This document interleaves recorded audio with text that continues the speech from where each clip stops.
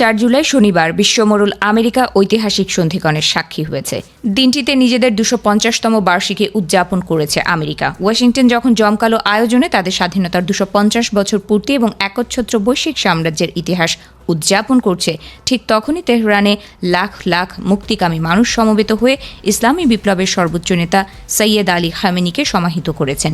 America ও ইসরায়েলের যৌথ হামলায় খামেনির মৃত্যু মধ্যপ্রাচ্যের সমীকরণে ওয়াশিংটনের পক্ষে যাওয়ার কথা ছিল, কিন্তু বাস্তবতা হয়েছে সম্পূর্ণ উল্টো। ইরান যুদ্ধ, মার্কিন সাম্রাজ্যের পতন এবং ওয়াশিংটনের একমুখী ক্ষমতার চূড়ান্ত সীমাবদ্ধতাকেই বিশ্বমঞ্চে নগ্নভাবে উন্মোচিত করে দিয়েছে।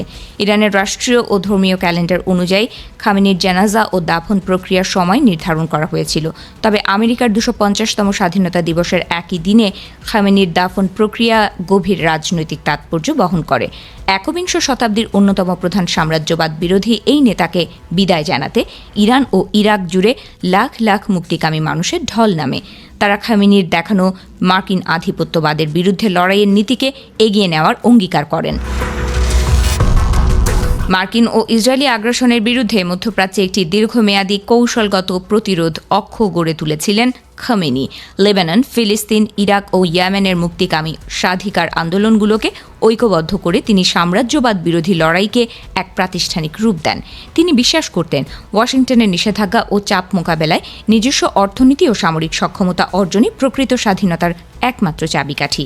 এদিকে আমেরিকার এই 250 বছরের ইতিহাস বিশ্লেষণ করলে দেখা যায় এই সাম্রাজ্যবাদের ভিত্তি গড়ে উঠেছিল স্থানীয় আদিবাসীদের উচ্ছেদ, নির্মম হত্যাকাণ্ড এবং প্রায় 90% আদিবাসী জনসংখ্যা বিলুপ্তির মধ্য দিয়ে। মহাদেশীয় এই আগ্রাসন পরবর্তীকালে বৈশ্বিক আধিপত্যবাদের রূপ নেয়। 1898 সালে স্পেন আমেরিকান যুদ্ধ, পুয়ের্তো রিকো, গুয়াম ও ফিলিপাইনে সামরিক নিয়ন্ত্রণ এবং পরবর্তীতে 1953 সালে ইরানের নির্বাচিত প্রধানমন্ত্রী মোহাম্মদ মোসাদ্দেক, 1994 সালে গুয়েতেমালার জাকোবো আরবেন্জ এবং 1973 সালে চিলির সালভাদর আলেন্দের সরকারকে অভ্যুত্থানের মাধ্যমে উৎখাত করার মধ্য দিয়ে মার্কিন একচ্ছত্র আধিপত্য প্রতিষ্ঠিত হয়েছিল। এই সাম্রাজ্য ভিয়েতনাম ও ইরাকের মতো দেশে লাখ লাখ নিরীহ মানুষের রক্তে রঞ্জিত। ইতিহাসবিদ জন গ্লাবের তথ্য অনুযায়ী অতিরিক্ত প্রসার নীতি, বিশাল সরকারি ঋণ এবং বৈশ্বিক আর্থিক ব্যবস্থার উপর নিয়ন্ত্রণ হারানোর মতো সাম্রাজ্যবাদী পতনের চূড়ান্ত লক্ষণগুলোর মুখোমুখি দাঁড়িয়েছে আমেরিকা।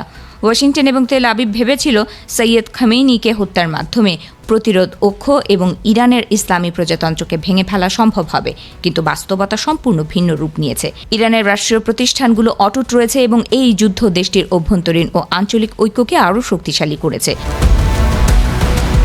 ইরান যুদ্ধ মার্কিন সামরিক সামর্থ্যের চরম সীমাবদ্ধতাও প্রকাশ করে দিয়েছে। যুদ্ধের ফলে পারস্য উপসাগর ও হরমুজ প্রণালীতে বাণিজ্যিক জাহাজ চলাচল ব্যাহত হয়। ফলে হরমুজ প্রণালী পুনরায় উন্মুক্ত করাই ওয়াশিংটনের প্রধান যুদ্ধকালীন লক্ষ্যে পরিণত হয়।